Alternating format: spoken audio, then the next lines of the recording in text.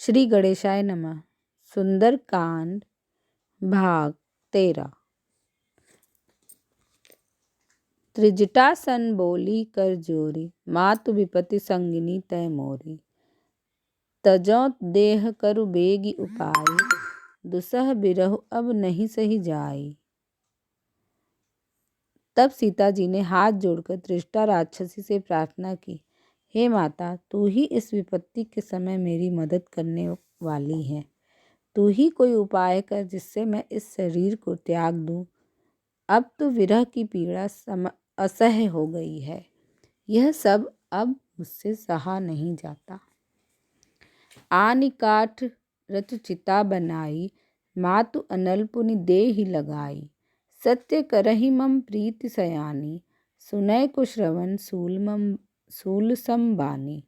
हे माँ, तू ही अब कहीं से लकड़ियाँ लाकर एक चिता बनाकर दे और उसमें आग लगा दे। हे सुबुद्धि, श्री राम जी के प्रति मेरे प्रेम की सत्यता की रक्षा इसी प्रकार हो सकती है। शूल की तरह चुभते रावण के वचनों को कानों से सुनने की अब मेरी सामर्थ्य नहीं रही।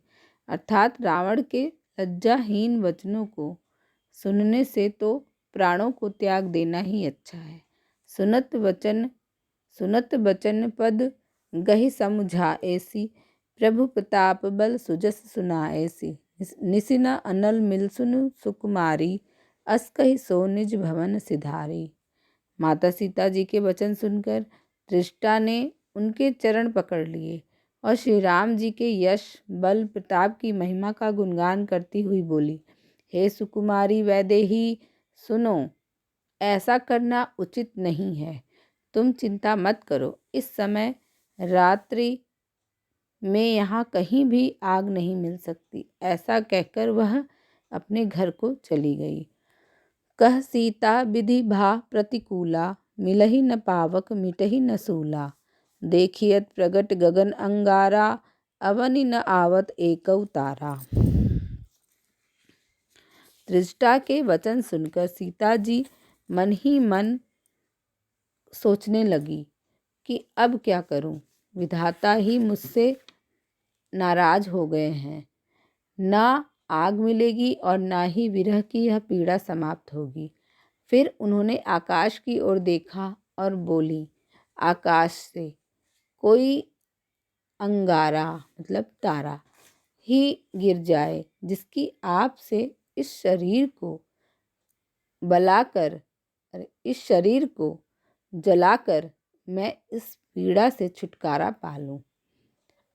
पावक मैं शशि श्रवत न आगी, मानहु मोह जानि हत भागी।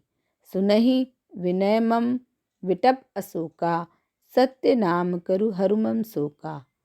यह चंद्रमा भी तो अग्नि का ही पिंड है, किंतु यह भी मुझे हतभागिनी जानकर आग नहीं बरसा रहा। अरे अशोक वृक्ष, तू ही मेरी विनती सुन ले। तू ही मेरा शोक हरण करके अपने नाम की सार्थकता सिद्ध कर दे। नूतन किसलय अनल समाना, देहि अग्नि जनि करहि निदाना। देखि परम बिरहाकुल सीता, सोचन कपिह कलपसम बीता। तेरे नैने कोमल पत्ते अग्नि के समान हैं, तू उनसे ही आग लगा दे और विरह रूपी मेरे दुख को अधिक न बढ़ा। सीता जी को श्री राम जी के विरह में व्याकुल देखकर हनुमान जी को एक एक पल एक एक कल्प के समान व्यतीत होता महसूस हुआ। कल्प सतयुग, त्रेतायुग, द्वापर व कलयुग के हजार हजार बार बीतने पर एक कल्प होता है। हनुमान जी को एक क्षण भी एक कल्प के समान लग रहा था। कपि करि हृदय विचार दीन्हि, मुद्रिका डारि तब जनु अशोक। अंगार दीन हरसि उठि कर गहेऊ। तब हनुमान जी अपने हृदय में विचार कर सीता जी के सामने भगवान श्री राम द्वारा दी गई अंगूठी डाल दी। तब सीता जी को ऐसा लगा मानो उसकी प्रार्थना सुनकर अशोक वृक्ष ने अंगारा बरसा दिया हो। यह समझकर सीता जी ने हर्षित होकर उस अंगूठी को उठा लिया। धन्यवाद।